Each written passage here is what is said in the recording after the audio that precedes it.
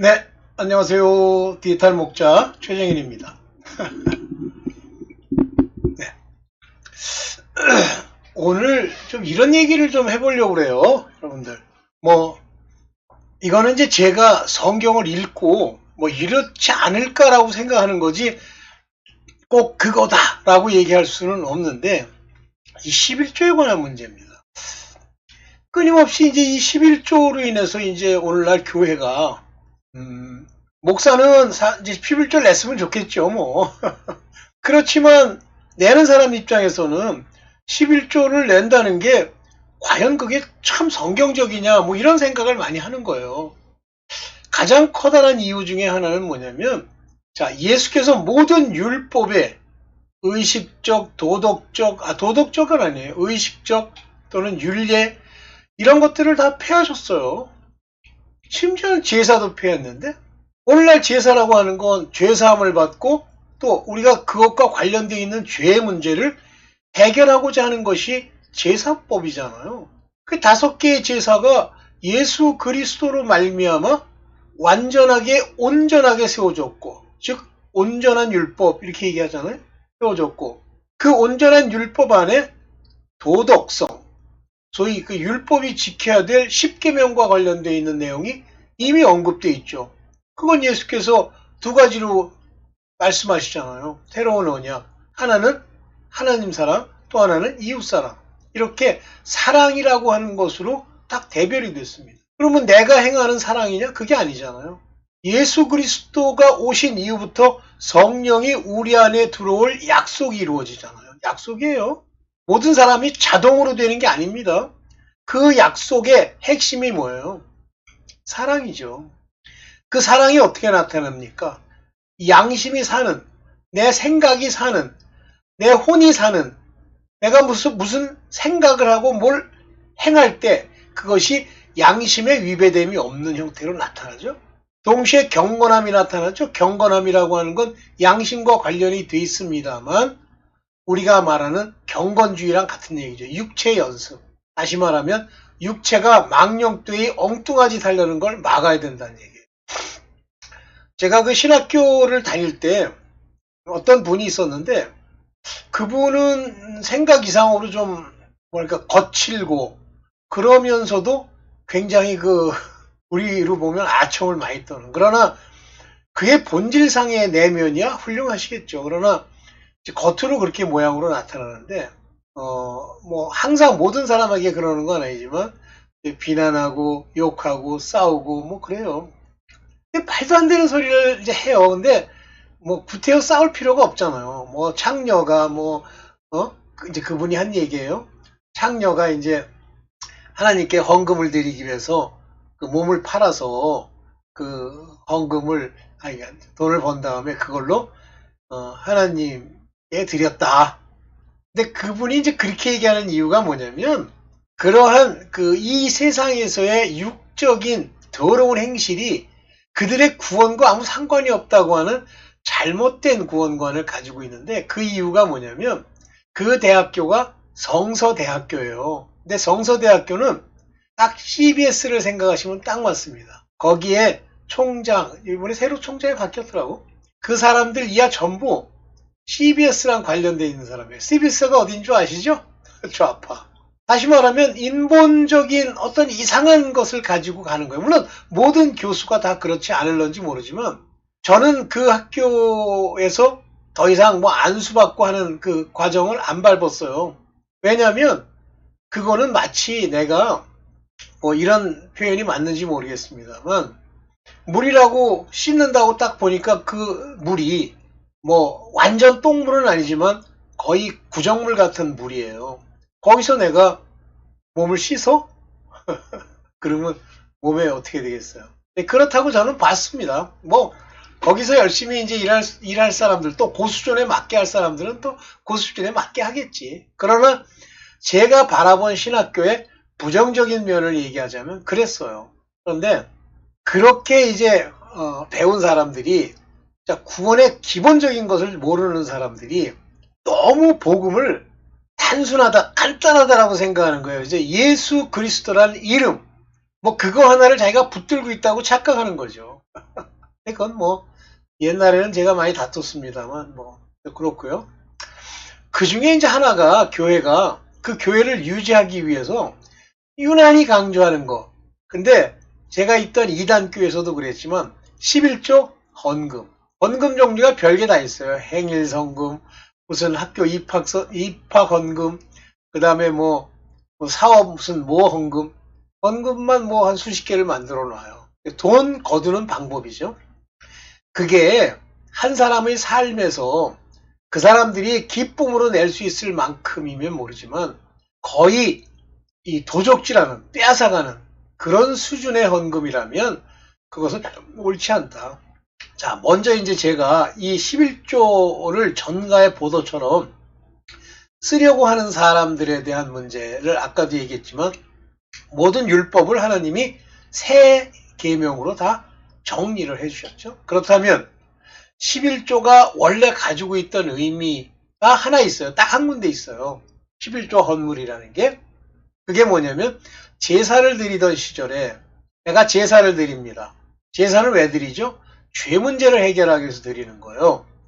내가 제사를 드리고 나를 드릴 때 그 제사 속에서 이제 제사를 위해서 바치는 그 내용들, 그것이 헌물이에요. 양을 바치고 이것들은 그 제사를 집전한 레위인들이 일종의 속전으로 그냥 받아서 자기네들의 삶에 쓰는 거예요. 근데 그것만 가지고는 안 되니까 그 각 사람들로 하여금 11조라는 걸 두었는데 원래 11조라는 단어는 국산이 만들어 놓은 거예요. 티스라고 하는 단어는 10분의 1이라는 뜻입니다. A tenth, 10분의 1.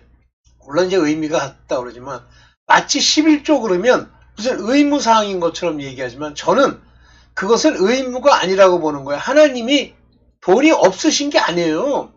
또 하나님이 자기의 일꾼들에게 어떤 돈과 재물을 채우기 위해서 어떤 사람들의 11조를 거둬야 되는 것도 아닙니다. 일단 구약시대에 레위인이 받아야 될 것들을 그렇게 낸 것은 하나의 공동체로서의 하나님의 뜻을 표현해 준 거예요. 거기에 두 가지가 나오죠. 곡식, 창고, 10분의 1. 이게 나오죠. 여러분들 한 오멜인가요? 한 오멜. 내 양식을 거둡니다. 그때 한 오멜이 뭐예요? 10분의 1 에바라고 있어요. 한 번에 한 오엘 10분의 1 에바를 거둔다. 그 10분의 1이라는 그 10이라는 단어가 매우 시사하는 바가 큰 단어입니다. 그리고 거두어서 쌓으면 안 돼요. 네.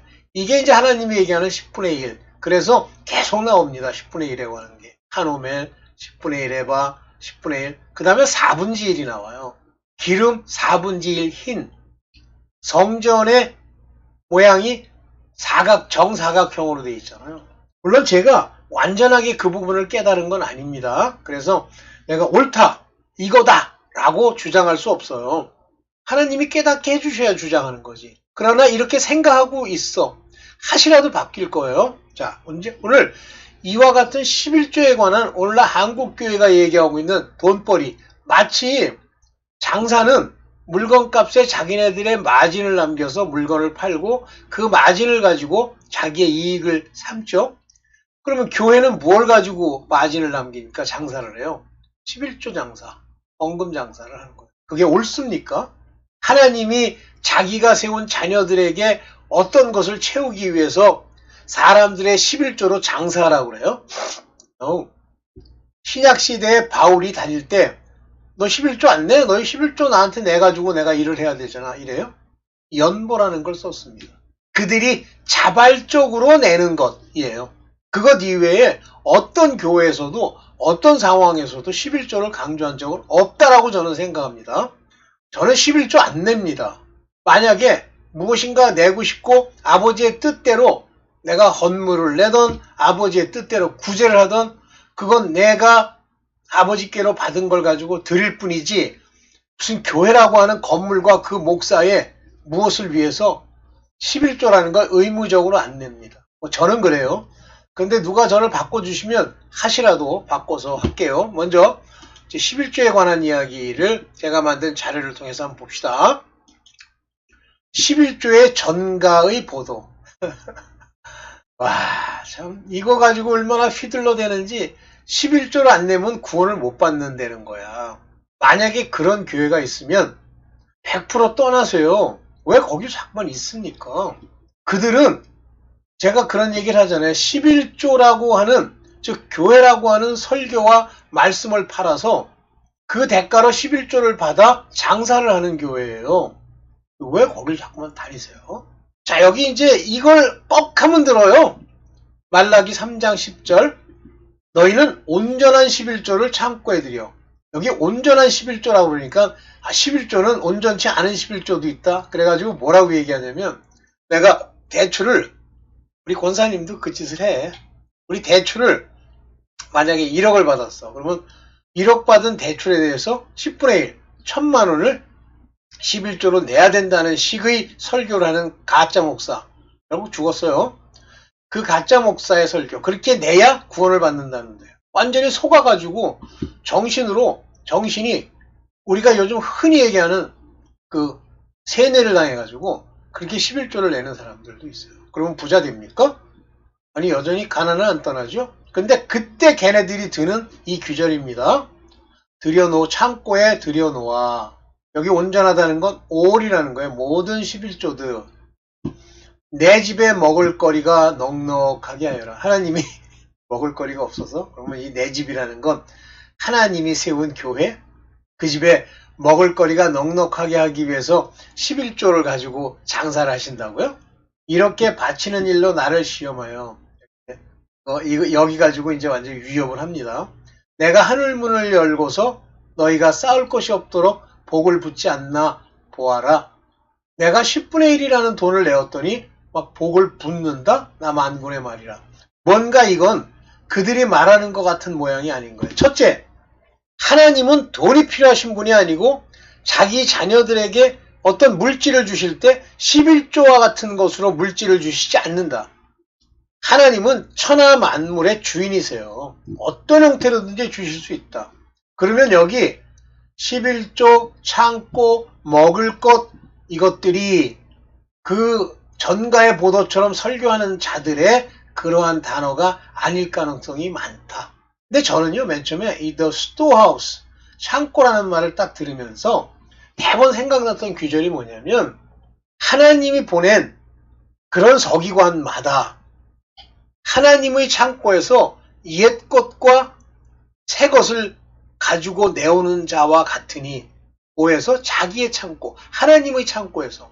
그러면 거기서 말하는, 뒤에도 좀 제가 하나 올려놨어요.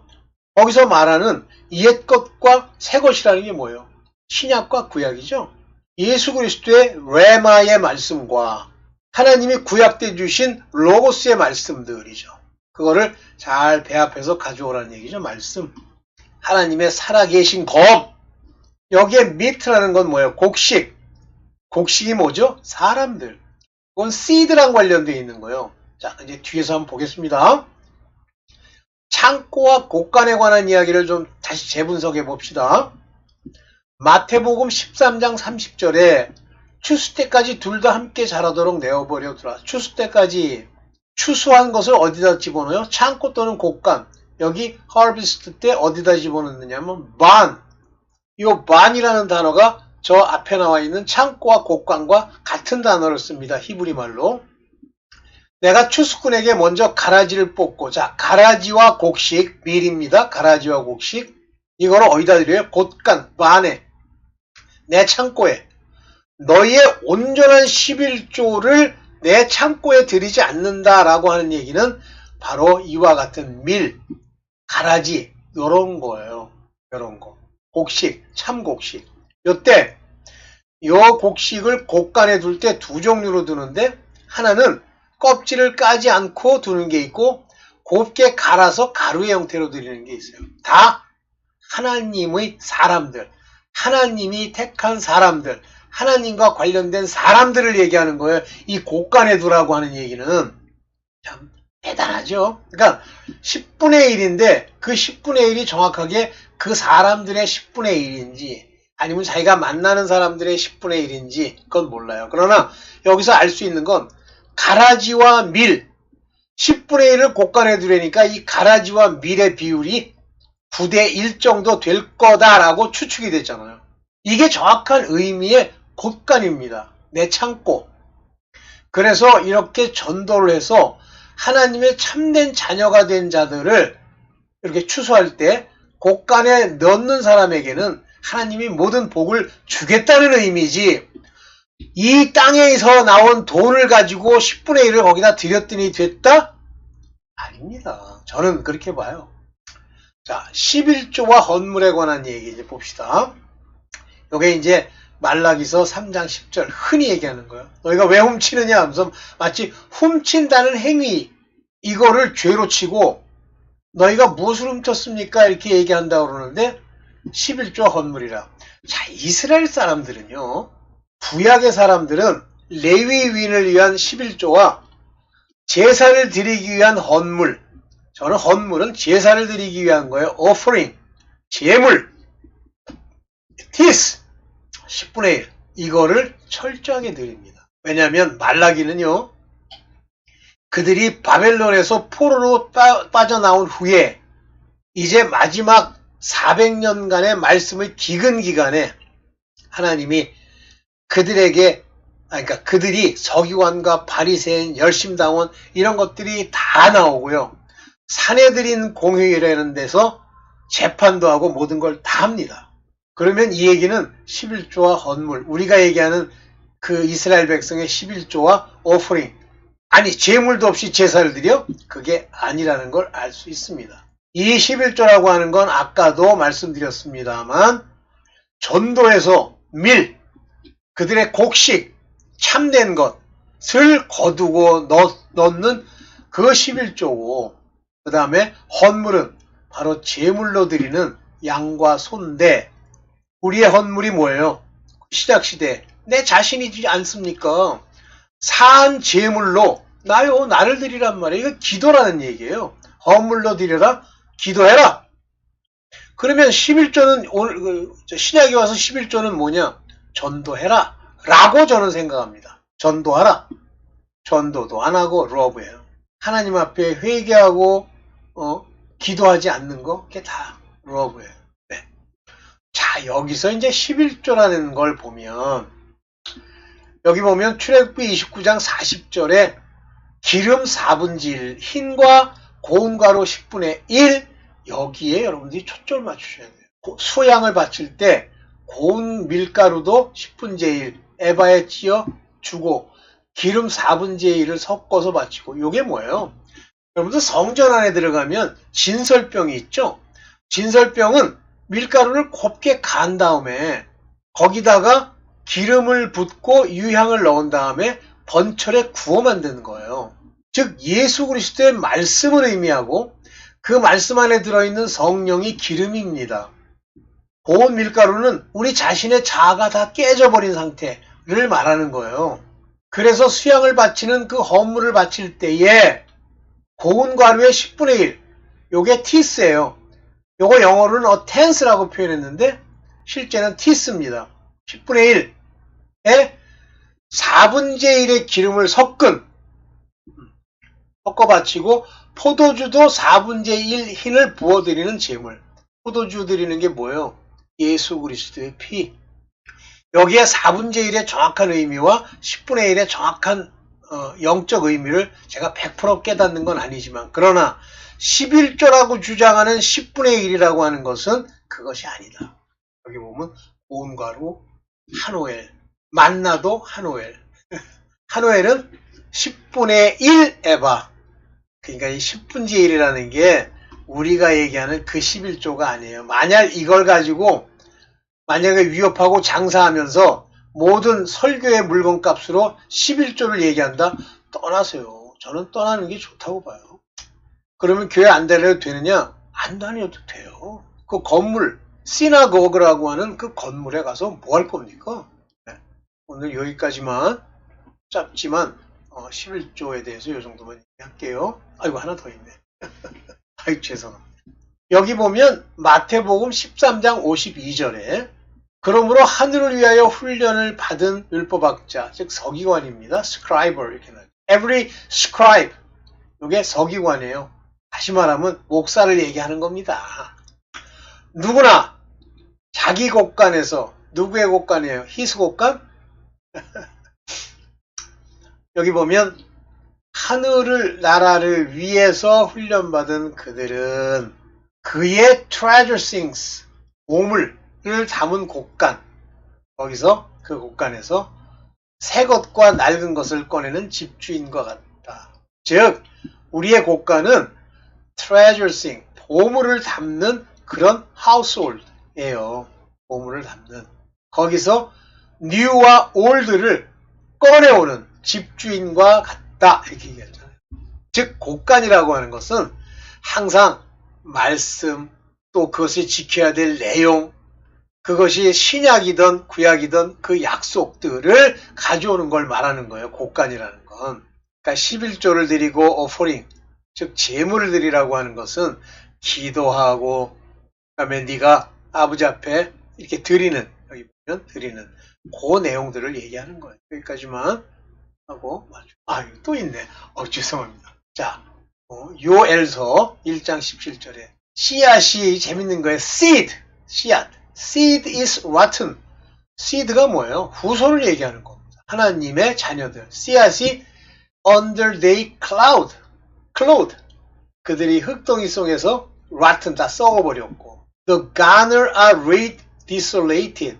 그래서 광마다 garners are laid desolated. 텅텅 비어있고 the barn, 곡간은 are broken down. 깨져 있으며 the corn is withered. 그 안에 곡식이 없다 이렇게 되어 있어요. 창고들은 폐허가 돼요. 이때 이 창고라고 하는 것이 가르치고 있는 내용이 뭐냐면 씨드를 담는 곳입니다. 즉 후손들, 하나님의 말씀을 들은 자들, 그런 자들이 있어야 할 곳이에요. 네. 또 있나? 제가 다 개수를 세지 못해가지고. 네. 자, 이 11조에 관한 이야기는 뭐 제가 100% 옳은 건 아니에요. 그렇지만 여러분들이 11조에 대해서 뭐 제가 생각하는 어떤 생각들, 저는 저렇게 생각을 해요. 그 정도만 얘기했습니다. 여러분들한테 큰 도움이 되길 바랍니다. 네, 감사합니다.